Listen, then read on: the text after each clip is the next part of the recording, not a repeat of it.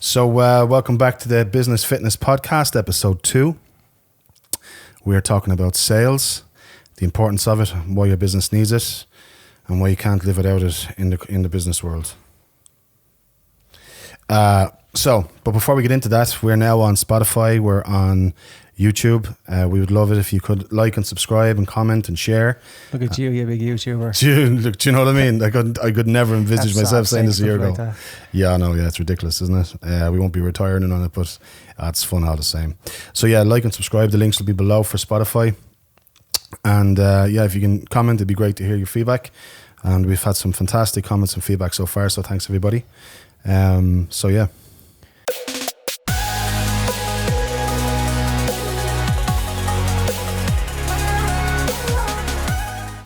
So what are we talking about? What's happening? Or do we want to recap? Quick introduction. You are Paddy Richards. I'm Paddy Richards and you are? Stephen Rooney. Yes, you are. Okay. Yes, you are. So we're talking about sales. What have we got that's new today? We got our new... Oh, what we've got new. We have our Business Fitness podcast mugs. That's what we have. To help us sell what we're doing. Yeah, to sell. Yeah, and we have new signage. Yes, and this week I've got notes. Thank you, Stephen Rooney. So I've just blown Paddy's mind. I gave him a load of notes about an hour ago, and he's like, "Get what that is away this? from me, yeah. What is this? I'm a professional. I don't need a script." But however, we're trying to get a bit more professional. Okay, so maybe the notes might be overkill, so we'll just use them as a guide. And if you hear papers rustling and stuff, ignore us. Just ignore. We know what we're doing. We're not making it up. If you see a paper plane flying across the screen, ignore it. So the first point is sales is completely useless. Yes, it is. Yeah. Unless you know what you're doing. I don't need to do sales. Nobody needs to do sales. That was my mindset for a couple of years. Mm-hmm. And we're going to talk about how that changed and why that changed and why it's important. Go on. Something I was just going to throw in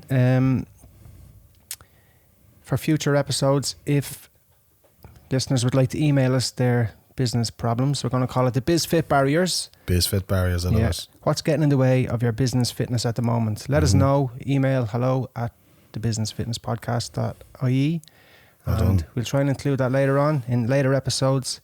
Maybe we can add a little twist to what we're doing. Mm-hmm. Again, if you find anything in this episode that's of value, let us know. And if you have any questions about your own sales, your sales process, sales story that you think we might be able to help with, let us know. You might get some nuggets out of this. You might have a few questions.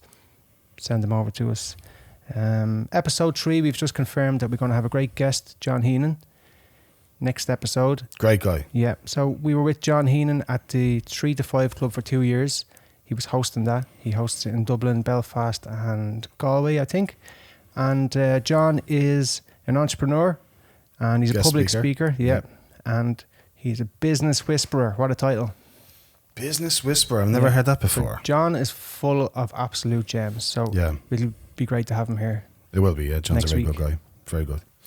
I think also we need to clarify a few things from our last episode, Stephen. Yeah, we were a little bit lost. We were going away on desert islands. I got a bit of stick. Yeah, I got a lot of criticism about cut the cords, what the ropes, the boats, the island. What are you talking about? Nobody knew what you were talking about. So I went straight off and I hit the Google, and the concept that was very far in my little brain was burn the boats, right? So we were talking about setting up a new business and how it's survive or die. Yep. Right, the concept of burn the boats came from, let me just check my notes. In 1519, Captain Hernan Cortes landed in Mexico to begin his great conquest. Upon arriving, he gave the order to his men to burn the boats. In essence, he gave them no other option but to succeed at the goal of conquering. So you could have said that the first time. Is that clear? Can we Makes it very clear. Out of the way now, I think we can all move on now. Yeah. So well done, Stephen. Thanks for the history lesson. There's another little quote here that I found that adds to it, right? Okay, try. Nothing has more strength than dire necessity. Wow. Right? It's so powerful. Okay. Cool. Turn to page 2. Okay. Right. Also, I said the word creditors when I meant debtors in relation to, a self-professed credit controller, doing it for years, financial controller, went to college, all that stuff. Said creditors twice. Creditors owe us money. We don't chase them, just to be clear. But it was very early in the morning, right? So this one is not a 6 a.m. Sunday job. No, it's 5:30 p.m. And it's Tuesday. Today is Tuesday. And today we had a very busy sales day. We had a big sales meeting. Yeah. We looked team. at the first half of the year performance. We made a plan for the rest of the year. So a lot of this stuff is fresh in our head, which is good. Yeah, it is. Yeah, it is. It's. I suppose it's very apt that our episode today is about sales, and we've had a last couple of weeks really delving into our sales for the first 6 months, trying to motivate our salespeople, looking at what's working, what's not working. You know, finding the bottlenecks and fixing them. So it's going to be good. Now, Paddy asked me not to mention this, but a lot of people said Paddy has a very sexy voice, and there's been a lot of lingerie landing in here in the post. Stop. That's from you. The Joe Dolan effect. The Joe Dolan effect. All the return addresses were from Baldoyle, so I'm convinced they were from you, Stevie. Could have been Barbara, my wife. Hey, calm your jets, buddy. But appreciate that. Yeah. Now, if FM 104 or 98 want to get me in for any side gigs, I'm more than happy to do it. Probably would. I do the night shift. Right. Yeah. Okay. So listen, back to sales. Back to okay? sales. Let's go. So the concept of the Business Fitness Podcast is that. What is it? The concept of the Business Fitness Podcast. Yeah, your business is fit and strong and grow and nourish and all the elements that's required to be successful. Business, right? So how fit is your business? The body is the business, right? Yeah. The human body. Mm-hmm. The human body needs food every day. Yeah. It needs good quality food. It needs balanced diet. So sales is the food of your business. And just like our body, poor nutrition will have a negative impact on all aspects of your business. And your business fitness is directly linked to the quality of the sales food consumed. Wow. Wow. Did you just make that up? No. This is chapter 3 of our new book. Okay. So ideally our business will live on a balanced diet for optimum health. And we need to eat regularly. And just like our ancestors, we need to be out regularly hunting. Yes. Okay. Same thing. Hunters select their kill. The most skilled hunters go after the most prized prey. This is great. Keep going. The weakest hunters end up with the scraps. Mm-hmm. Which one do you want to be? So the more you practice to hunt, the more skilled you become. You learn the best hunting ground, the methods and tools needed, and how to get the most from each and every hunt. So practice, yeah. Become the best hunter you can be. Mm-hmm. Yeah, no, for sure. So what we're going to cover today is how to prospect, how to win new business, how to develop and better your sales mindset. Very important. How to learn more, and we'll feature 3 books. We'll recommend them. We'll extrapolate a few key points from all 3 books. They're different books, but they're all linked in terms of having a. Are you okay there? Are you okay? So they're all linked, and COVID, not so. But each one of them, they're interlinked. So one is you need one. You can't have one without the other. Yeah. Then how to craft your sales story, how to perfect your pitch. Pitches are hugely important. If you don't have a pitch, then you're just going to babble on, and you'll lose the potential customer. And the importance of the sales process. So everything has a process, and sales is no different. And once you have that process and you fine tune it, you're going to get a lot more success, and you'll be consistent with that success, and that's going to help you to grow and create a more positive mindset within the sales role. Yeah. So to get into sales, I love sales. Sales is it's one thing out of all the elements of the business that I love the most. You get to meet new people. You get to talk to them. You get to understand their story, find out what they're about. You get to share information with each other. And in most cases, you come away with a kind of new business rapport and a new customer, and things go well. Also, the excitement and the exhilaration of going after high-end business when you're going to, prospect and do presentations, and they buy into what you're telling them, and they buy into your belief system, and it just validates everything you do, and you feel validated in your business role as well, in your sales role, and you just come away on a high, and it's just good. You get up every morning thinking, what can we do? Who can we go after next? Who can we talk to? Who can we convince that they're ideal for us and we're ideal for them, and there's a good fit. So a good fit. That's a really good word for sales. Yeah, it is. Yeah, there has to be a fit. Yeah. I think you're the exception there in what you've said, right? Most small business owners don't feel that way. No, they don't. No. And I'm one of them. Yeah. So for me, it's a necessary evil. Yeah. I don't want to go in and be vulnerable and stand in front of people and try and convince them to buy something or come over. That's genuinely I'm going in a little bit, God, this is, I have to go back now. And if this goes wrong, I have to report back that I fluffed it. So that's my own insecurity coming out on my way in. Right now, I've gotten much better at it over time, right? And I've gotten some great accounts, and I'm like, and every time I get a little bit better at it, but I'm still only maybe not even halfway there, right? So, Yeah, like I know you touched on it in episode 1, like you were talking about how much of an introvert you were and how like you don't really like having to go out and do it, but like, you know, and I did, and you kind of learned from me in the sales process, and that's fine. Like I wouldn't be able to sit down and do a Get cash over flow yourself, projection. will you? Hey, Huh? come on, my time to shine. But no, it was all about kind of, for me, I'm an extrovert to a certain degree, maybe. Selective. I'm a selective You're an extrovert. introvert too. I'm an introvert too. But I do like going out and selling, and I do like meeting new people in that regards and making success happen, you know? Yeah. And I think that's just because I'm competitive, maybe. It's definitely it's an important thing to have to be competitive to be successful at sales. Yeah. Be competitive with yourself, Yeah. you know? Try and, you know, do better than you did the day before. But so for sales, it's broken into 2 sections, 2 categories. You've got inbound sales and you've got outbound sales. The difference between both is with inbound sales, you're creating mechanisms in which you're going to attract people and customers to you. You know, you don't have to go out there and do the hard sell. You could be putting Google ads up there. You could be running promotions, radio ads, TV ads, and creating curiosity or engagement where people go, oh, do you know, I want to get that. That's a good deal. I want to buy that. So that's your inbound version, you know. It can cost you quite a lot of money. And at the start, you know, if we talk about the startup phase, you don't have that budget. You don't have the money to run it for 3 months of a Google ad campaign that's going to cost you a fortune. You're probably in a very noisy industry. You mightn't have that niche, and you want to be, you know, stick out from the crowd. So that could be very expensive. Are there some cheap ways you can create that at the start? I think we did some flyers. You can do flyers, but at the same time, I mean, you know, how do you...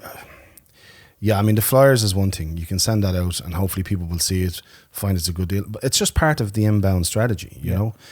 What we found was more successful for us was the outbound strategy. Yeah. And that's where you're talking directly to the end user. You're making direct contact with them.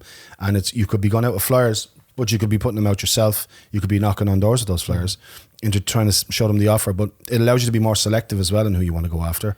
And if you want to have, in my opinion, a very successful sales strategy, sales funnel, it allows you then to pick and choose who you want as a customer. And when you think in the B2B world, which we're in, it allows us to... Just break that down quickly, B2B, B2C. So B2B is business to business. So we're one business, we're selling to another business. B2C is where you're selling to a consumer. So it could be retail, online, stuff like that. Traditionally, they might be single or 1 or 2 transactions. B2B, you're trying to make it a recurring revenue pattern and have them for the long term. Well, but the B2C, you might still have that with, let's say, like it's more transactional based. Gas or but it's transactional based. I mean, Sky TV or whatever. Yeah, but it's faceless. There's no relationship there. You just want to get the best deal, and that's it. There's no experience. There's no, this is amazing. You know, I love dealing with this company. Where B2B is all about, in my opinion, developing the relationship, going in and identifying that company, understanding what the requirements are, and being able to get them to move over to you and stay with you for a long period of time. And that's B2B selling, in my opinion. Yeah. So we are definitely a B2B outbound sales, and I think that's what this episode is going to cover. That's what we're good at. That's what we know most about. So that's what we focus on. Yeah, for sure. But so if you want to talk about sales at the start, though, I think there's misconceptions about sales, about it being difficult. You know, you need to be an expert in it.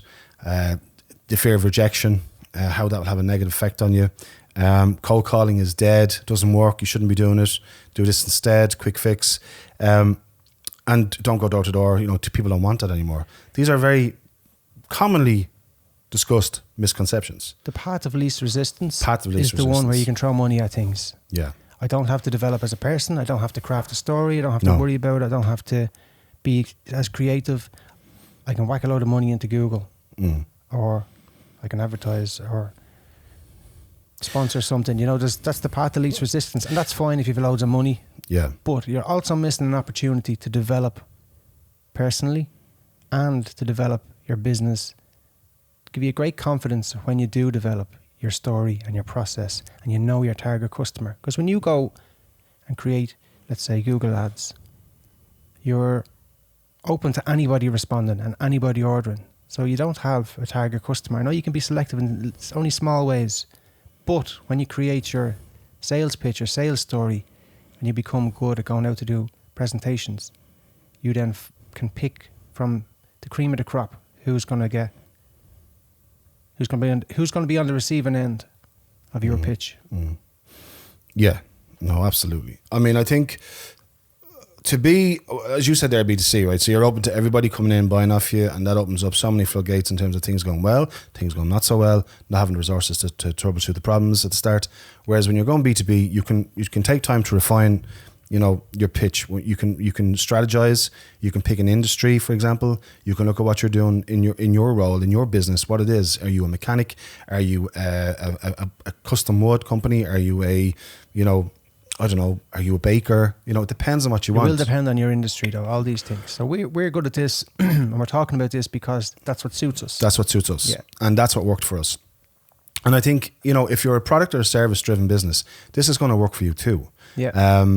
If you're going to be the whole kind of tech, e-commerce, just Google ads, come in, buy the stuff, transactional-based, that's fine. This mightn't work for you. If you have a business like you're dealing with, let's say it's B2C, but let's say it's a car garage, you're a mechanic, or you won't get so much from this, but there's still lots of positive messages there in relation to how you're going to market that business. For example, there's a guy I was talking to 2 weeks ago, and he has not far from here, he has a Porsche mechanics shop. He started out just doing all sorts of cars, getting a normal mechanic's wage. And he decided then he was going to specialise in Porsche. As a result, he's cutting off 99% of the market. Bold move. However, he tripled his price. And what do people with Porsches want? A specialist mechanic. Yeah. So he was telling me that, and I was thinking, that's great, And that's him thinking about who's his target customer. Yeah. But he had gone through the journey. He must have. I don't know his story. I would assume he's gone through the journey of trial, error, failure. He's been at it for 20 years. It took him a long time to learn that this was the way to go for him. Yeah. So if there was somebody there at the start telling him, what you need to do is you need to find your niche, you need to focus on that, you need to get the word out that that's what you're doing, that'll bring success a lot quicker. So he's gone through the hard. He could sit here and tell everything that we're about to say because he's walked that path as well, I'd say, and before he found his pitch, his story, his business model, his target market, and what a customer looked like. Yeah. So hopefully, as we're talking about this now, I just hope that, the nuggets will seep through and people will take something good out of this. But I think we can relate to a lot of the business and business service and product driven companies. Yeah. So what do we talk about?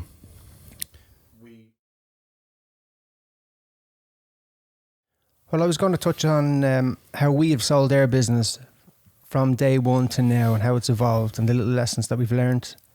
And they would all have come from us studying audiobooks, looking at stuff on YouTube and following other good sales leaders and learning lessons along the way.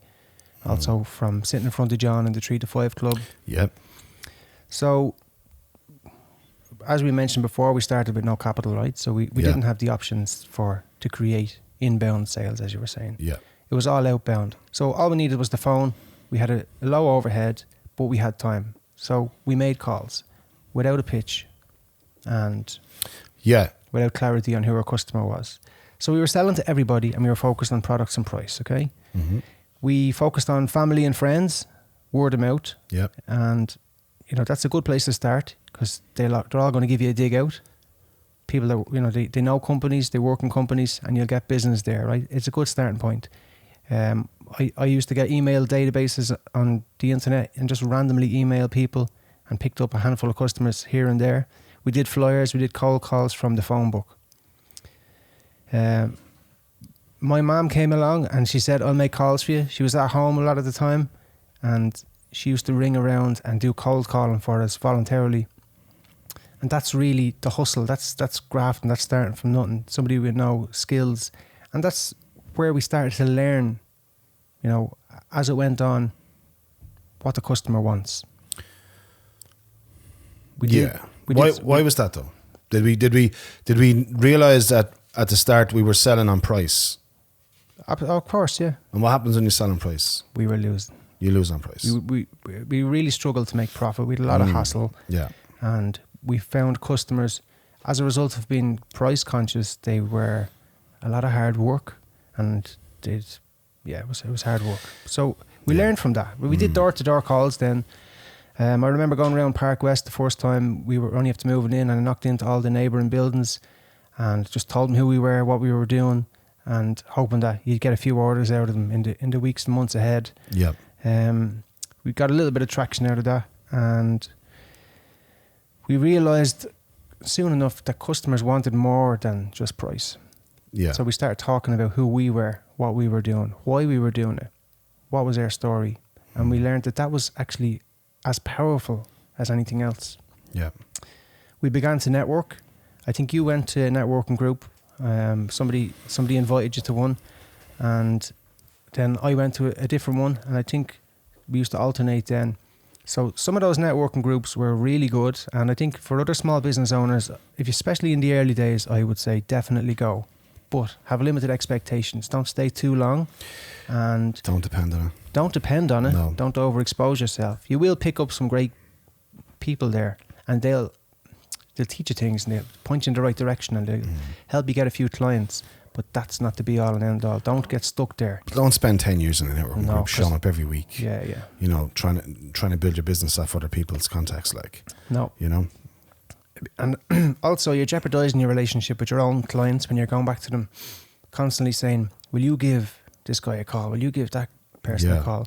You can only do that so many times for so long, and then it's time to start going, right, I need to work on myself here. I need to work on the business. So it's just good to note that we did do that for a while. Yeah. And we got some success there. Some of those customers are still with us. Sure. We did find some prospects on LinkedIn, and I think around that time, maybe 4 or 5 years into the business, we began listening to the audiobooks. That was a game changer for us, I think. About sales. Yeah. Yeah. So I think the first one we listened to was Brian Tracy, Psychology of Selling, and that one makes you focus on the person, makes you look within, focus on your weaknesses, see how you can develop yourself. So we'll talk about that now in a few minutes.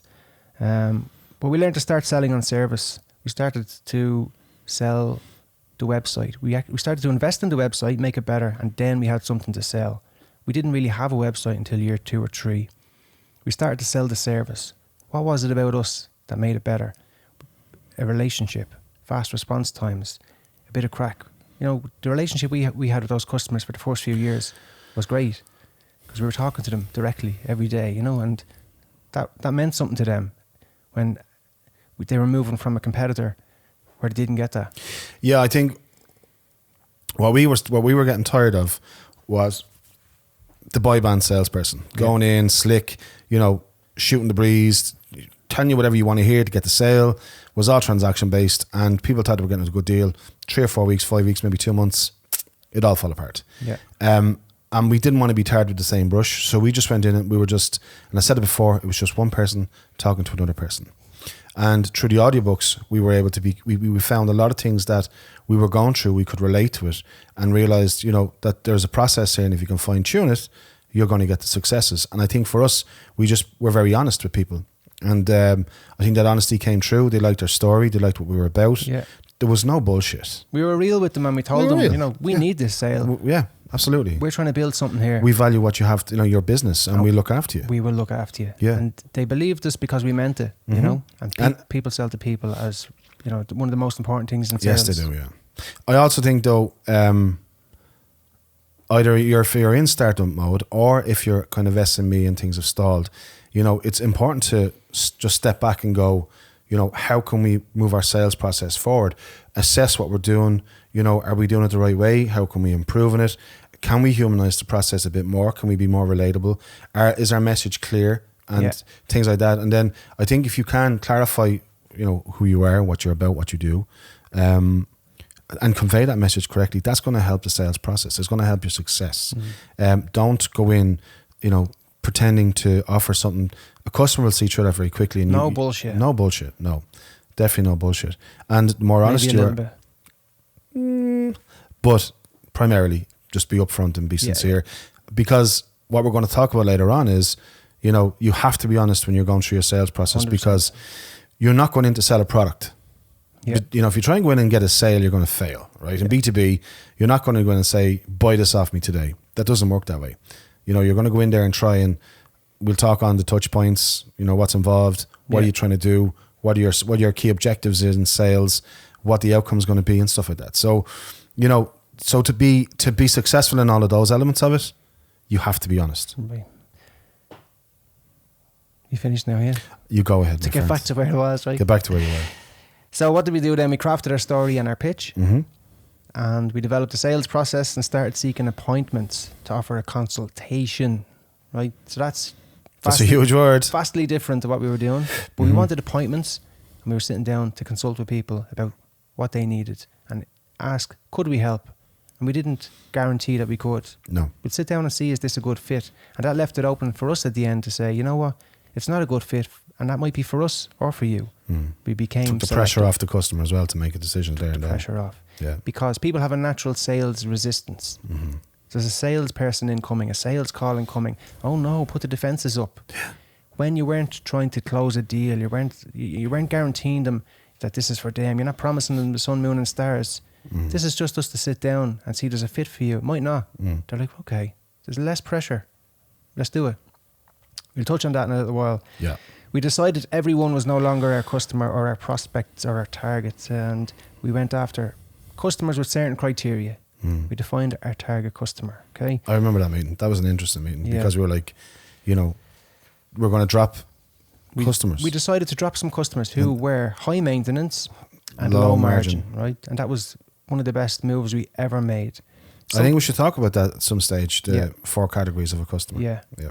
It'll be, yeah. So we will talk about that. Mm-hmm. The worst customers anyway, high maintenance, Low low margin. margin. They're costing you more than you know. Absolutely. Okay. So So, moving on, okay? yep. There's something I'd like to touch on, and that is touch. Touch, okay? So we're talking to people all the time who maybe are small business owners. They're trying to do a bit of sales, not having great success.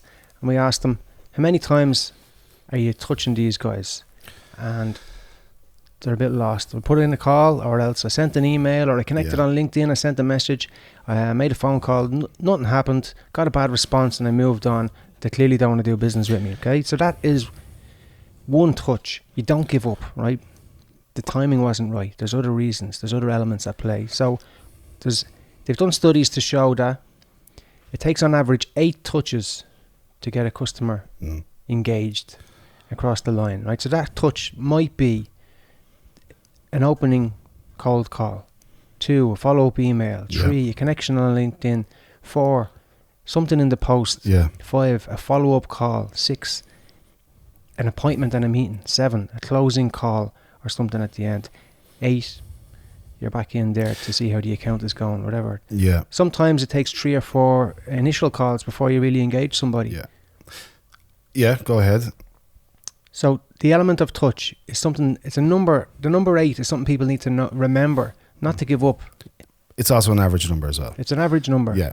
I've had customers where it's taken me 15, 20 touches. Oh yeah, absolutely. And they're worth chasing. They're worth going after, you know. The timing wasn't right. You know, they were busy. Yeah. I think the touch is important because it's part of the sales process. People need to realize that you just can't walk in and convince an absolute stranger who's never met you before to switch over and start giving you their business against your competitor if you're not in a niche industry, right? And if you're not in a niche, if you don't have a niche product, should I say. But it takes time, and there's the follow-up. And trust. Well, I mean, trust is a big thing that you need to build up. Like, for example, when you walk, as a salesperson, when you walk in to meet somebody, and let's say there's a couple of things going on there.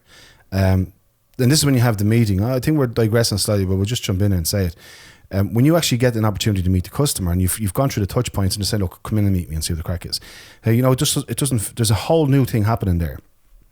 And when you go in to see them, as you're going in to impress, they're also assessing you. And the first thing they're doing is they're looking you up and down. Saying, why is he wearing a mankini? Why is this man wearing a mankini? No, that's a different episode. We're not looking for money here. We're trying to win their business.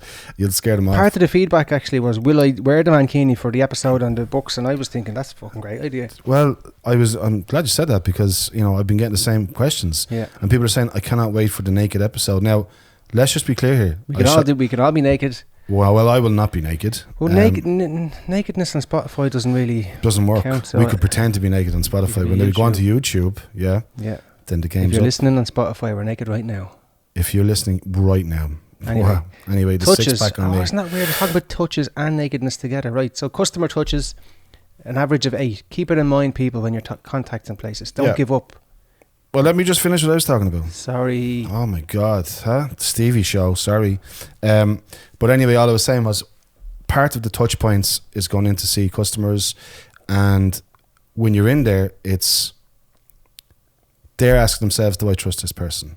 And this is where this could be a touch point, because you could have that meeting and move on, and then you mightn't hear back for a while, and you're following up again. But when you're in that element of getting the meeting and going in, it's very important that you're kind of dressed very smart, you look the part, you look confident, and these are some of the attributes that you need to have as a salesperson, because when you go in to meet that person, the prospect, i.e. customer, is asking themselves, do I subconsciously, they're saying, is this person a threat? Do I trust this person? Will I buy from this person? Will they scam me? Will they scam me? Will I regret moving from my existing supplier? Loads of negative thoughts. Yeah. And then it's your job as a salesperson, very quickly and you only have seconds. You might have up to 30 seconds, they say. Maximum. Yeah. You have 30, right? But in the initial one, when you're being scanned, head to toe, it's important for you to come across very confident, very apt, very relaxed, and give off an air of, look, I'm not a threat. This is good, and we're going to have a great experience here. What's your opinion on the modern way of some salespeople and business owner turning up to meetings not in a suit or looking a bit too casual? What about if I rock up in me blazer here with me shirt, and by the way, my top button popped open? I'm not trying to do an Elvis Presley on it here. No, I think no tie. Nobody's wearing ties anymore. Says who? Well, that's my observation. It's like it's a trend now to be a bit more casual. No, my opinion is, when you're going to see someone for the very first time, you have to be as polished as possible. Your shoes need to be clean, your suit needs to be pressed, you need to have a nice short tie, look sharp, look like you own the room, you need to be an authority in the field in which you're selling, be it as the business owner or the sales rep within that company. And that in itself, being an authority, like looking the part, walking the part, and then talking the part, is part of your success in being a salesperson. If you walk in there with no tie, looking, more relaxed, and I don't know, I personally wouldn't. Well, has this person not made an effort to even kind of come in here looking sharp and impress us and see what they have to offer? You don't get a second chance to make a first impression. Yeah. And that's what I tell everybody. You don't. So that first impression and that first encounter and that first meeting needs to count. You need to make a lasting impression, positive one. Well, I asked the question because you always wear your shirt and tie when you're going into these meetings, right? And I don't. I go in a bit more casual. I was conscious of that when you were asking me the question. Well, the reason I don't is I feel like a penguin in the thing. I feel like I'm going back to school, right? So my personal comfort and self-esteem nearly is a little bit, and then when I open up the button and I don't wear a tie, right, let me ask you this. Then I walk in and I'm like, this is actually me. So my true self is going in there, okay? Yeah. And I'll do a better job. So there's a bit of a kind of a balance there. Okay. Now, just how would you feel if our salespeople were going into the customers just dressed blasé? I didn't put on the tie today. I'm just wearing some blue suede shoes. If they're getting results, groovy. But do you honestly believe that, when have you seen salespeople in the sales role, properly hunters, like hardcore hunters out there dressed as if it's, they're going to a barbecue? No, I agree. Well, not going to a barbecue. I'm not just saying, smart cash. Sorry, it's a smart barbecue. Okay, so if they weren't getting the results, that's the first thing I'd say. I don't believe they would get the results. Plus, I don't think wearing a suit and tie, I don't think that can go against you. I've never seen a successful person. If you go in casual, it can go against you. No, absolutely. Because that person isn't of the same mindset of you, for example. Right. They're expecting to see professionalism. Okay, let's move on, right? Yep. You make me feel bad now. Hey, calm down. I'm only messing. I know. Right, so a salesperson, right? Anybody can do sales. We've discussed this in episode 1. We've touched on it, right? Yeah. Anybody can learn to be a good salesperson. Absolutely, yeah. But there's a couple of things they need to get their head around. There's a mindset you need to adapt, right? And it's important that we highlight that anybody can adapt the mindset. They can, okay? They can. Anybody who has self-limiting beliefs that they can't be a salesperson, they're not confident enough, they're self-conscious, they don't have the right attitude, they don't have the right answers. They need to get past that. Yeah. And it's about retraining your brain, right? So Yeah. what mindset do they need to develop? The first thing they need to do, because the biggest part of sales is rejection, unfortunately. Full of rejection, okay? Yeah. You're going to be rejected multiple times. I read a statistic, right? Can I show it in there? Throw it in there, Chief. Because rejection is a dirty word, right? It's hard. Most people, nobody likes rejection, right? Yeah. We all got it. A salesperson will experience, a hunter will experience more rejection in one day than the average person in a whole year. You might get 40 or 50 people rejecting you if you're out there cold calling or you're making phone calls. So that's tough. That's really hard on your psyche. How do you get past that? Well, you need to realize that that's part of the game. Don't take it personally. Don't take it personally. Yeah. It's just that person wasn't interested at that moment in time to listen or hear what you had to offer. But the small business owner is really emotionally invested in the business at the start. Yeah. It's very hard not to take it personally. Well, it's if you can realize that this is part of the game, right? This is how the game is played. That you're not going to have success every time you lift the. If you had success every time you picked up the phone or you sent an email, we'd all be millionaires. Yeah. It doesn't work that way. There's a multitude of reasons why. You've got different buying personalities. Yeah. B, you've got different selling approaches. Not all things work for, not all approaches, for example, not one size does not fit all in terms of the sales process. So different people react to different touches, if you will. And timing. Timing as well. Timing you can be quite lucky and make the right call on the right day. Yeah. And they're open to hear, listen, I've just been let down for the 5th time. What have you got to offer? Which are, Timing can be everything with sales. It can. You can get lucky. Yeah. Or maybe it's luck that you create though, because you're there, you're throwing mud at that time. Well, positive action leads to positive results, right? So the more positive action you're doing out there, the more you're out there putting yourself forward, talking to people, accepting that some people aren't ready. And then the ones that are, you got them at the right day, at the right time. This might have been your 5th attempt, the 6th attempt. They know who you are at this point. You've liked some of their stuff maybe on LinkedIn. You've used different approaches to win them over. So it's not really luck. They define luck as when preparation meets opportunity. Yeah. So that is it. You're prepared. Yeah. The opportunity's out there, and the two come together. Yes. Yeah. What else? What other mindsets? So you need to be kind of optimistic, right? You need to be enthusiastic. You need to get up in the morning with that spring in your step, saying today is the day. What are we going to do? Make the most of it. You also need to have a bit of a competitive streak, or develop a competitive streak with yourself. Yeah, to constantly better yourself, and that's not just in the sales role, but it's in a personal and professional development role. So you'd be kind of, even though you're out knocking on doors and you're always constantly assessing yourself, seeing what works, what doesn't work, trying to improve and ditching what doesn't. Probably good to set goals in that regard. 100%. It has to be goal measurable. setting. Well, what's measured can be managed. Yeah. Isn't that what we say? Isn't that kind of the new, that's what we say, right? You have to be confident. Because when you're going in to meet somebody, or if it's the first time seeing somebody, you don't want to go in kind of, if they'll sense if you're not confident, then they'll go, whoa. You will reek. Oh my God. Yeah. It'll just be, it's like stinking the room. It's awkward. Yeah. And that person just wants you out, and they'll tell you whatever they want just to get you out there. The meeting's over, shut down. You also need to be slightly relentless. When to give up and when not to give up. You need to be able to have a bit of emotional intelligence and know kind of when this person's kind of said, look, I've had enough, and you shouldn't really be driving it to that point. But be persistent. Be persistent, but not. No, when not to be persistent. Persistence. Well done, Stevie. Persistence. Yeah. That's excellent, man. I'm gonna use that. Thank you. Coined that phrase. So we're talking about then, professionally developing themselves. So listening to audiobooks, getting some golden nuggets. We're going to be touching on them fairly soon. Trying to extrapolate some good information out of it. Be efficient, be good with their time, be flexible, see what works, what doesn't work, being able to, change approaches. So I use the golf bag analogy. You're on a golf course, you have multiple golf clubs, not one shot suits all. So, you use a different club for a different shot. It's the same in sales. So when you're in sales, one approach might work for this customer, but a different approach is going to work for that. So you need to know what those approaches are, how do they work, how to execute them, and how to get the most out of it, Depending on the landscape. It's and the industry, the sector. What type of buyer personality are they? You know what I mean? What industry are they in? The timing of the year, different. It's just a lot of variables there. There's a lot of variables which you learn along the way, and this is all part of the process, Okay. So let's talk about a target customer. Mm-hmm. Using the business as an analogy for the body, knowing what food suits your body best will lead to optimum performance, right? So you have to decide what attributes are your target customer. So if you look at your existing customer base and you see the top 5 or 10, what is it that they have in common? What is it that you like about them? What makes them profitable? What makes them easy to deal with? So it could be a geographical location. Like, you might say all my target customers need to be in a certain region, right?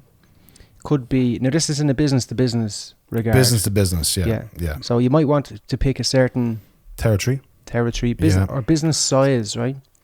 Or sector. Yeah, an industry sector, of course, would be the obvious one for a lot of businesses.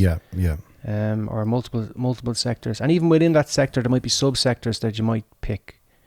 You might pick different business sizes, turnover. You might say, listen, certain turnovers, or they might need to employ a certain amount of people, and you have to really narrow it down. So it's good maybe to put 5 or 10 points. It's a good exercise for people. If you're running a small business, sole trader, partnership, ask yourself, what does my ideal customer look like? How will I narrow that down? And start chasing them exclusively and say no to other people. No. So you might also narrow it down by buyer type. Like we've done that. We only want to deal with certain types of buyers sometimes. Yeah. There's different buying personalities out there as well. Financial rating. You only want to deal with people who have either, a certain financial rating. You don't want people who are struggling financially, who you might risk exposing yourself to. Yeah. Creditors who are debtors who won't pay you. See, I did it again. Debtors won't pay you. Method of transaction. You might only Are you even qualified? No. So narrow down your customers, right? Yeah. There's lots of benefits to it. In the B2C field, you can narrow it down in lots of other ways. It's more down to people, age, race, religion, marital status, all that stuff. Be as specific as possible. That would be the main message there for defining your target customer. Define it, but don't have too many parameters. Just have 4 or 5. Yeah. And then stick to it. Stick to it, yeah. Just go out and find them. Yeah. The customer experience. So when you're selling a service, you want to give your customer an experience, right? So we're just going to touch on this briefly. You could talk about this as a whole episode, right? Oh, yeah, you could, yeah. So we all know when we've had a good customer experience, it inspires you to go on to write a Google review or go on to Trustpilot and you write fabulous things, right? And we also know when we've had a bad experience. Yeah. If you have a bad experience, you're going to tell a lot more people about it. You're going to be compelled to spread the word, right? But giving your customers a really good experience is something that will stay with them. There's a quote from Maya Angelou, and she says, They may forget what you said, but they'll never forget how you made them feel. Yeah, that's true, yeah. And that's because of an experience. So you'll forget the details, what was said, what was done, but you'll always remember the feeling you had at a specific moment or in a specific place or as a result of a specific service. So you can create that feeling through your business. You have to figure out how to do that. Customers want to know what's in it for me. Today's consumers focused on me, myself, and I. So, why should I? Yeah. Your customer wants to know, why will this work for me? And you have to craft your sales story to that. Yeah. What's in it for them? You can't tell them why it's great for you. Why it's great for the masses. You have to ask the right questions, and then you figure out what it is about this specific consumer. And you tailor your response and your story. It's consultative selling. Yeah. That's what we do. So it's important to pitch what's important to that particular customer. Yeah. I think in sales as well, what's sometimes missing is, I've come across this so many times, is that salespeople they talk too much, and they don't ask the right questions, and they don't listen. Yeah. Salespeople should listen. They should be good at listening, because to be successful in sales, whether you're the business owner, whether you're in a startup, whether your sales are flatlined, it's important to walk into a company and just not push that product down their throat. But we talked earlier about it being a fit. Yeah. That was one thing. Not to be too, pushy, but to really understand, look, what's the problem here? You know what I mean? They've allowed you to have a meeting. Well, why was that? And if you ask the right questions, you'll delve into it, and understand the problem. and by understanding the problem. And you can only get to that problem by asking key questions and then stop talking and just listen. Yeah. And let them talk, and they'll just tell you everything that's going on, and and then if you've got the right fit for that, then the deal is done. People like to talk. People like to talk. Tell you their story. Yeah, 100%. Yeah. And if you can sit there and take that in and be able to, I suppose, find a working solution to that problem, if it's within your product offering or service offering, then even before you've talked about price, you're 90% there, Yeah. And that's a very important part of the sales process that is overlooked. Too many sales guys or people want to go in, get the pitch out of the way. This is what we're about. What do you think? And then expect a success story. I'll give you an example of that. Go for it. Guy wants to buy a new car, right? Mm-hmm. Or a girl wants to buy a new car. Sure. And goes into the Nissan dealership. Okay. Right? Nothing against Nissan. Love Nissans. And the sales guy comes over and tells them all the positives about the car, all the attributes, why they should buy it. Yeah. It's safe. It's fast. Yeah. It comes in so many colours. Has a sat nav. It's automatic. It's economical. Spacious, right? Yeah. Has automatic wipers. Yeah. And you're overwhelmed with information and you haven't been asked a single question. You leave there, you're like, I don't know about that. You head down to the Toyota garage, right? You walk in, the salesperson What are you looking for? What are you looking for in a car? Mm. And you say, I'm looking for one with a good stereo and it has to be blue. Right? Yeah. And leather seats. I said, oh, leather seats, right. Come over here. Let me show you what I have. Shows you a blue car, whacks up the sound, Mm. and you have a feeling right there and then, that's my car. Yep. Deal's done. What was the difference? You got asked one question. Mm. Asking the question is hugely important. It's part of the process. Yeah. It's consultative. If you don't sell then if you're not selling on a consultative level, you're at nothing. Yeah. You're just trying to sell a product. Yeah. And you'll have a lesser success. Yeah. It'll be harder for you to do it, Okay. So will we move on to the 3 audiobooks that we were going to talk about? Go for it. Let's go. So you and I both digested these 3 audiobooks many years ago, and we come back to them all the time, and we ask our sales team to listen to them. Yes, we do. And when we're a little bit stuck, we find nuggets back there. And there are 3 different books. So the quick overview: 1, Psychology of Selling by Brian Tracy, right? That's about developing the person, developing the salesperson. You have to remember these books are American, right? Yeah. So they're a little bit Americanized, and you have to take them with a pinch of salt and try not to let them get under your skin in that regard. Yeah, take Right? the Americanization away it can from be it. tough, Yeah. hard listening Yeah. sometimes. Yeah. But Brian Tracy will help you develop as a salesperson. He'll talk about really working on yourself Yeah. and your confidence and little self-affirmations, things like that. Mm. And then Realizing as well, though, he makes you realize that the emotions you're feeling in the process is normal. yeah, We all have that. The rejection is normal. How to overcome that. Understanding who you're in front of, who you're, who the different types of buyers. yeah, How to handle each one of those buyers once you understand the personality traits of each one, and know when to walk away. So it was a really good. yeah. I found it very good at the start because it was quite relatable. Yeah, he also talks about setting sales targets. So Yeah. having a number, right? So if you're a small business owner, let's say, we were in year 1 and 2, right? Yeah. We're going to pay ourselves. How much are we going to pay ourselves, right? Mhm. Pittance. But we have to put a number on it. Yeah. Next year, we'd like to pay ourselves double that, let's say. We had to put a figure on that. If we knew our margin, then we knew how many customers we needed to Know get your there. numbers. So we had to break it down. Mm. And we learned that from Brian Tracy's book. Setting your sales target. Yeah. And then if you knew your average customer order or value, you could Mhm. then work out, okay, if we're going to do that, we need 100 new customers in the next 12 months. And you know something? That is right across the field. I mean, regardless whether it's a service or a product, Yeah. it's numbers. Yeah. You know what I mean? It's how much. What's the typical ATV, which is an average transaction value? Yeah. How often it's coming in, and then how many you need to have per month, how many you have per year, and what margin that's working off. Is that right? Yeah.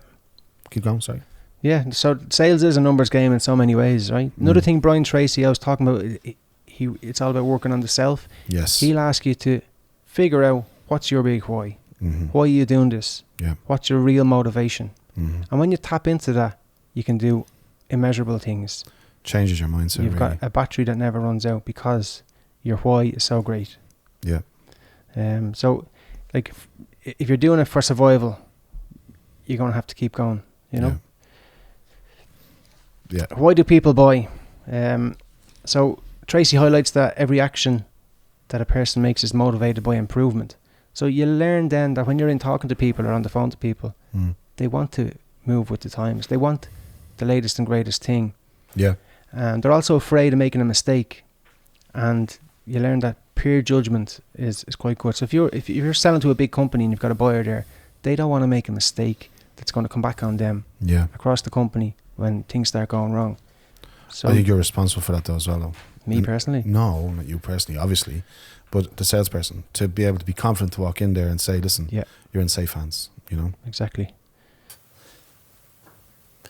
So another thing Brian Tracy's talking about is creative selling, being creative, being able to pivot when you meet barriers, obstructions.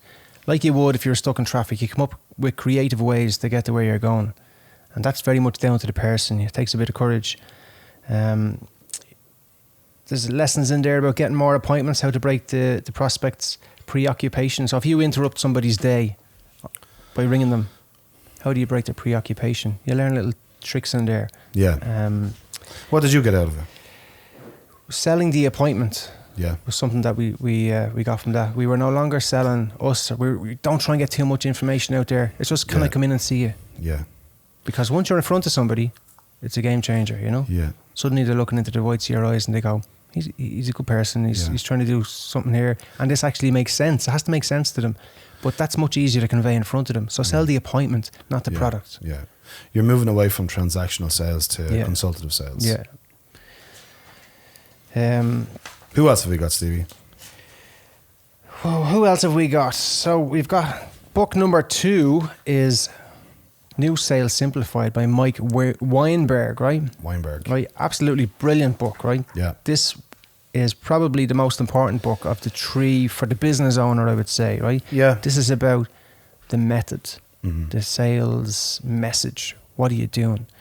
So this book taught us how to craft our sales story. Yes, it did. And our sales process. Yeah. And the message and all the different weapons is what he calls them, weapons.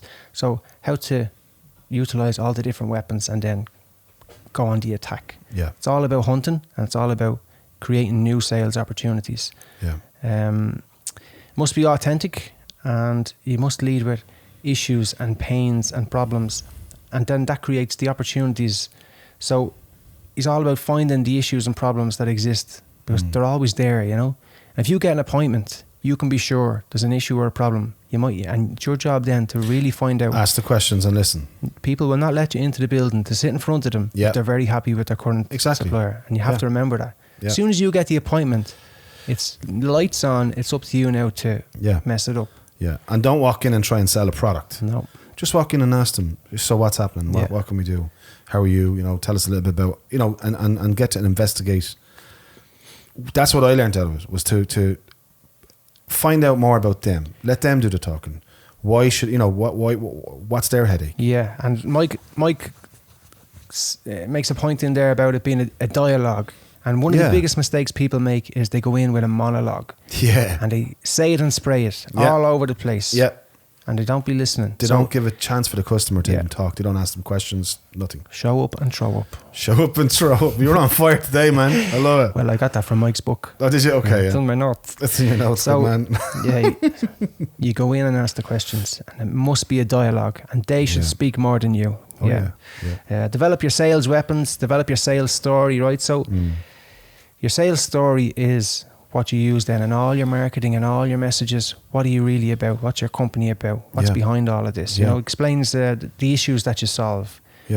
States the solutions and the services, and it differentiates you from your competition, most importantly. So differentiating yourself from your competition is what you're selling.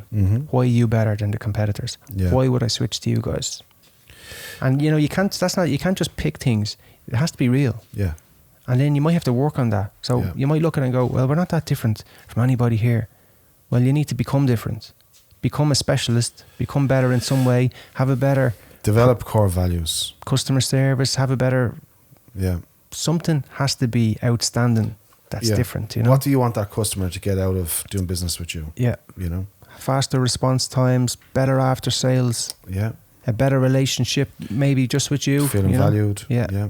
Absolutely. Feeling that their money's been well spent. Yeah, and it's not that hard. No, it's not, no. You know, you might have to just put a bit of effort into it. Yeah. The third book is called Fanatical Prospecting. Love it. Favorite book. Jeb Blount. Jed Blunt. Sorry, Jeb, if I say that wrong.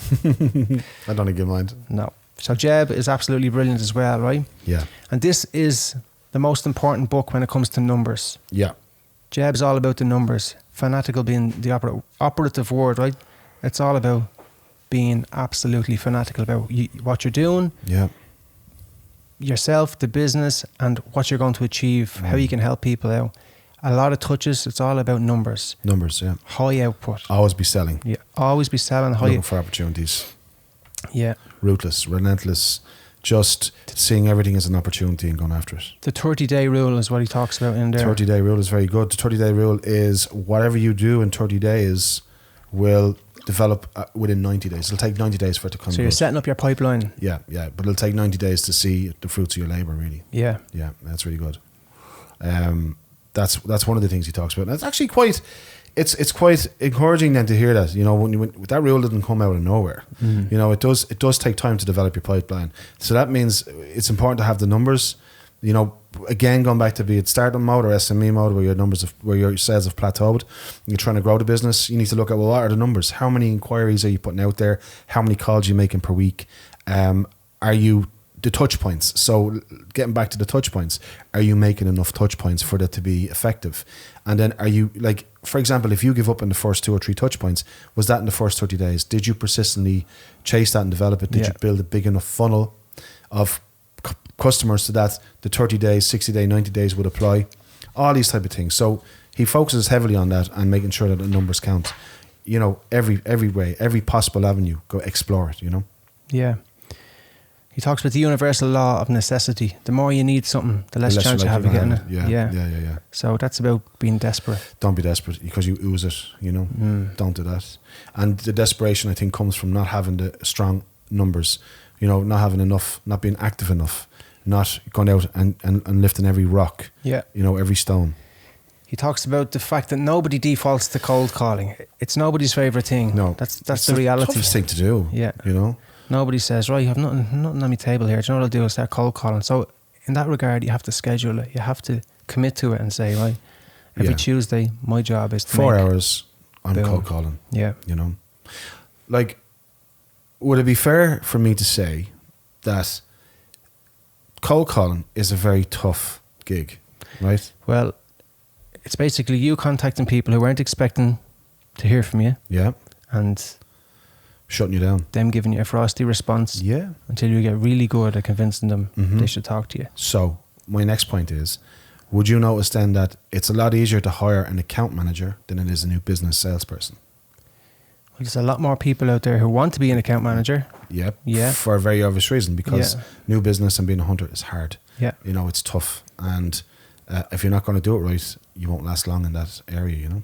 And people don't stick it out. They don't stick it out, no. Unless you're good at what you're doing. Or unless they've burnt the boats. Burnt the boats. I like it, yeah. However, telephone prospecting works, doesn't it? I like what you did there. That was good. Good man. Keep going. Have to. Yeah.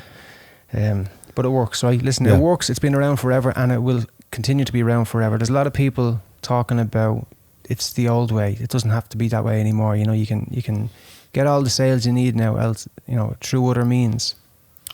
But why would you overlook it? It works. It works every time. You know? It works every time. People buy from people. Yeah. You know? Unless your business model is inbound, right? Where you can put something out there and it's an enticing offer and you're going to get loads of inquiries coming in, right? Cold calling works. B2B, you know, going out there, knocking on doors, hard-faced, trying to get your message. It works. Something I did, right, for a couple of years at the start when you were doing your cold calls. I relied heavily on email prospecting. Really? And I did argue with you that I was having serious success, right? Yeah. And I'd had some success. Yeah. But I blew it up a little bit, right? Yeah, you did. In Jeb's book, he says that cold calling will get you a good response 8% of the time, an email 0.03% of the time, right? Absolutely. So I sent a lot of emails to make up for maybe you maybe made 10% the amount of calls that I would have had to send emails to get the same results. Yeah. And I think that's quite accurate. You'll get some results with emails. And now with GDPR, it's different. You can't go banging out emails all over the place. No, you have to be careful about that. You go to prison. That's not good. You're a criminal sending emails to people they didn't ask for. No, it's not good. But No. Like, I mean, emails is, unless you capture the email's information correctly, right, then it's fine. Yeah. But without getting into GDPR, right? I think sales, it's a broad spectrum. It's people sell to people. Yeah, but like, that's a phone call. Yeah. That's going door to door. Yeah. That's sending an email. Yeah. That's sending an email, then going door to door to Yeah. talk face to face. There's loads of different ways that you can do this. But I think, you can't just stick to one avenue of selling, because it won't work. If you depend on people coming to you, even if you're relying on Forget about inbound it. stuff, Forget there's about no guarantees. You can't be selective. And if your competitor is going outbound, Yeah. you're at a disadvantage. Unless your business model reflects that, right? So unless you're... But even if your competitor's going outbound, they're going to get there before you. Oh, sorry. Yeah, no, of course. Yeah. Yeah. Of course. Yeah. I agree with you. Yeah. No, you have to be an animal in sales. Yeah. And I think that you do, like, because you do have to be... You have to get past the fear of rejection. Well, yeah, I mean, we did say that already. I mean, you have to realize that rejection isn't personal. Just move on. Forget about it. You have Just to ask the next person. Stop procrastinating. Yeah. That's a bold So word. easy to put it off till tomorrow. Yeah. And find something to distract you. Yeah. Just find a task and go, I couldn't sell today because... And we always put off the stuff that's the hardest. I know, yeah. And we always... It's human nature. Default to the easiest. You know what I'll do? I'll check my emails. For the 50th time today. Yeah. Yeah. And you jump onto stuff that's easy. I'll check Yeah. LinkedIn, see what's happening. And it's going to there. get you nowhere. It's not No. going to move your business forward. No. You're just kidding yourself. You're prolonging the agony. The sooner you immerse yourself into sales, the sooner you're going to get used to it, the sooner you realize that the rejection is just part of the game. Then it gets too big, or you leave it too late. In what way? You have nothing in your pipeline. Oh, when your pipeline is empty, you're running out of time. Oh my God. Yeah. You run out of sales, money coming in. Yeah. It's a juggling act. How do you eat an elephant? One piece at a time. Yeah. Yeah. So that's how you do sales. Yeah. Just commit to doing a little bit every day. Yeah. That's it. It doesn't have to take up your whole day or be overwhelming. Oh, I think you could burn out very quickly if you try and do it all at the same time. Yeah. There's in some industries there's a concept called power hour. Power hour. Love it. Where you might come in, have your coffee, get a few little bits out of the way, and then 10 o'clock, power hour, cold calls till 11. If you did that every day, you'd be fine. You would. Yeah, you'd be fine. Yeah. And that's calls, That's phone calls, yeah. It's fantastic. Yeah. You make quite a lot of calls in 1 hour. Yeah. So that's the 3 books. There's another barrier there, and that's perfectionism, right? Before we get into that, we just should say these books are available on Audible. Yeah, so we listen to them on Audible, Yeah. and obviously you can get hard copies also. Yeah, Audible's great when you're in the car. Yeah. This show is not sponsored by Audible. No, but it is great, and it's something that somebody had to say it to us, and it's like Audible didn't What's know what Audible? it was. Yeah. And it's obvious when you look at it, you go, I could have been listening I'm to in the these car for 40 years. minutes, and now I'm getting just a world of knowledge coming through the speakers. It's fantastic. Yeah. It's like a private tutor. mentor. So you can start tuning up books to beat the band, and there's a lot of people who don't like reading books, might have dyslexia, lots of reasons, or they have a self-limiting belief that books are not for them, didn't finish school, whatever. Get onto Audible, all you have to do is listen, Yeah. All you need is an Amazon account. Yeah, you log in with your Amazon account, you pay, I don't know, is it €8 a month or something, and you get one credit. You get a credit. Yeah. And that credit's a book. Yeah, it's a great really investment for any small business owner or anybody, because you can get all sorts of books on there. Loads of books. Yeah. And then when you see your credits building up, you're like, I better get one. And I've listened to so many different things on there that I'd never would have bought off a shelf. Yeah. I'll try that. And you expand your mind. For small business owners, there's something I'd like to throw in at the end. Go for it. In relation to numbers. Yeah. And it's more about understanding the true cost of each order, or each, it's building in your overheads. So you might buy something for 50 quid, sell it for 100, and you tell yourself you've made €50 profit. Right? Brilliant. Yeah. But if your overheads are more than €50, you're in trouble. Right? So know your numbers. And you're not making any net profit at the end of the day, right? Yeah. So we'll get into all the net profit, gross profit stuff probably in more depth later on, right? But I think you should just touch on it now. Okay, so what's the difference between gross profit and net profit, for example? I don't know. Missed our creditor So and creditor. obviously, gross profit is what the profit you make on your sale, right? Yes. So it cost X, you sell it for Y, gross profit. Boom. Overheads, away from that, when you take your overheads off at the end of the month or a year when you're doing your P&L, that's your net profit. Okay. So really you should be looking at these figures on a monthly basis. It would be my advice. Yeah. You need to look at your overheads, let's say per month, right? The overheads are 100,000 euros. If we have 100 orders a month, well then your overhead is 1,000 euros per order. And you need to work out what's your overhead per order. Then every time you get an order, if your gross profit is less than that amount, so if we have an order today and our gross profit is less than 1,000 euros, we're not making any money. You've made a loss, yeah. Yeah. Yeah. So I hope that's a good way of explaining it. Know your overhead per order or per day and factor that in to your numbers when it comes to setting your own targets. Right, here's a question for you. Yes, France. Something that comes up when we talk to other business owners, something that we had to ask ourselves, and it's really important. You're a small business. Yeah. You want to grow your sales. You've been selling the business yourself, but you're also trying to run the business, man of many hats. You can only fit it in there one day a week. Okay. Do you hire a salesperson or do you hire an admin person and you continue to do the sales? Now you're freeing up. Get somebody in to do all the admin stuff that's taking you away from sales, and you go out and be the salesperson. Or do you hire a salesperson and hope that they do the job? No, you do the sales. You hire the admin person. Why is that? Because you're still passionate about the business. At an early stage, you've got the drive. You're the business owner. You carry a lot more weight. Yeah. The admin person will free up your time to go out there and, develop more sales, get the message across, and you want to preach the story. You want to spread the gospel. I don't think a salesperson would carry the same level of enthusiasm that you would. You're going to sell it better. You're going to sell it much better. People are going to listen to you more. Well, yeah, absolutely. And the fact that you're the business owner gives you a bit more weight as well. Yeah. That's definitely the next move there. Yeah. Okay. Did I get that right? Yeah. Well, I mean, people do it different ways. Oh, I know. That would be our advice. Then. And that, to me, sometimes I think that's because some people haven't gotten their head around the whole sales process. They just want to get away from it as quick as possible. Okay. A couple of end notes that I had there, right? We didn't throw in. Yeah, go on, yeah. Sales is vulnerability, right? Yeah. It's important to work on your insecurities. 100%. Right? So you have to be able to walk in there and stop the negative self-dialogue, stop the self-limiting thoughts, self-limiting beliefs. Yeah. You have to build yourself up. Yes. You have to be willing to be vulnerable, and you have to embrace your flaws. Everybody has them. Yeah. I'm going to fall. I'm going to make a mess of this. They're going to think I'm an idiot. Forget all that. Yeah. Stop telling yourself that. Yeah. So that's in Brian Tracy's book. Vulnerable is the word, right? Fake it till you make it. Right? Like this podcast and our business and those things that everybody's doing, like life, we're making it up as we go along. Yeah. Becoming a salesperson is very similar.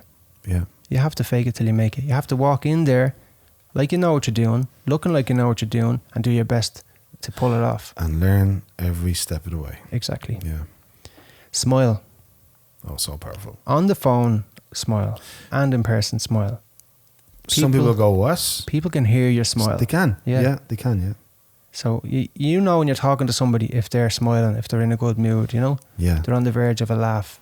And, if it's genuine, if you're happy, outgoing, feeling positive, get yourself pumped up. Yeah.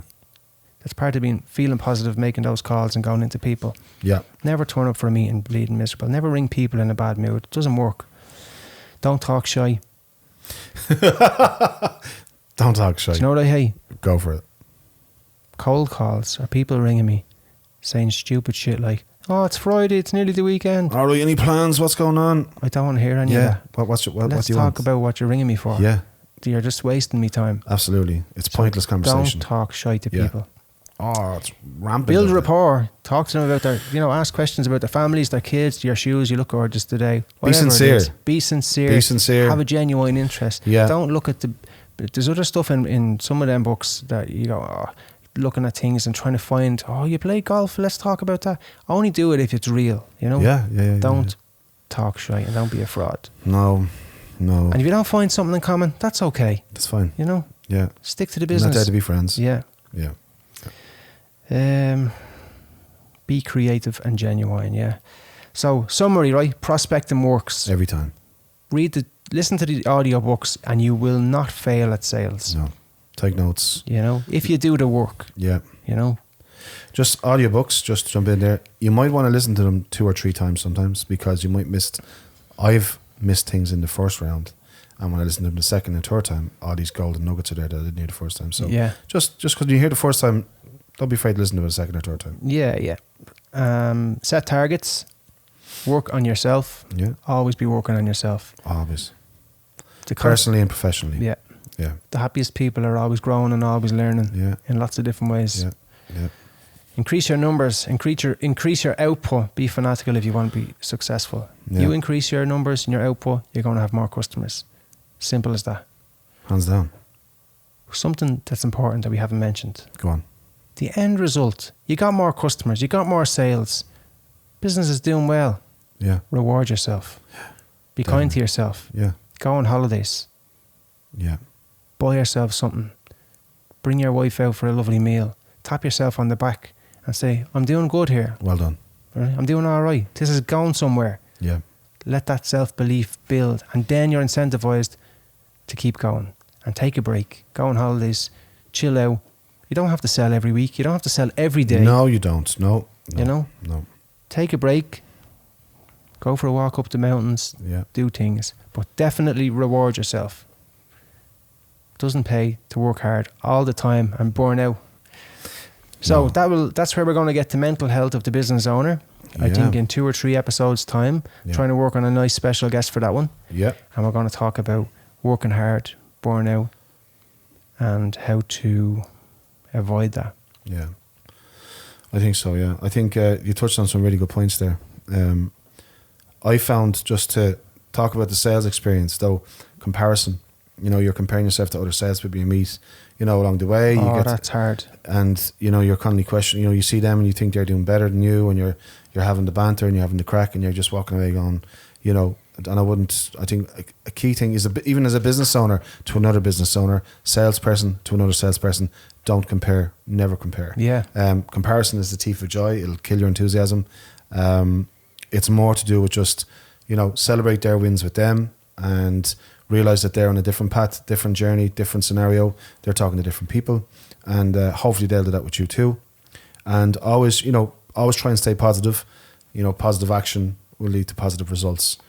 Sales is not an easy task, but it's a rewarding task, you know. And it's essential. It's essential. In business, it is essential. Any business that stops selling is going to close. Close down, yeah. You need business. So, yeah. So, you know, that's kind of, I think that would wrap up the whole... Right. Well, that's it for episode 2. Yes, it is. Well done, you. Let's ask our listeners to please, again, like, subscribe, comment, share. Yeah. And we'll put the links underneath. This will be going out on YouTube and...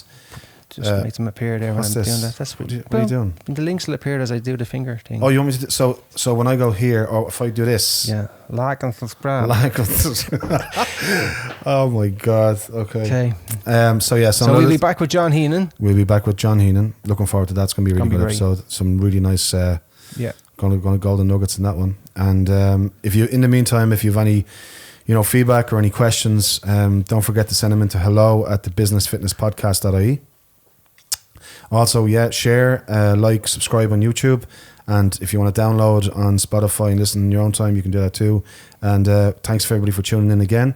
And we'll see you next time. Adios.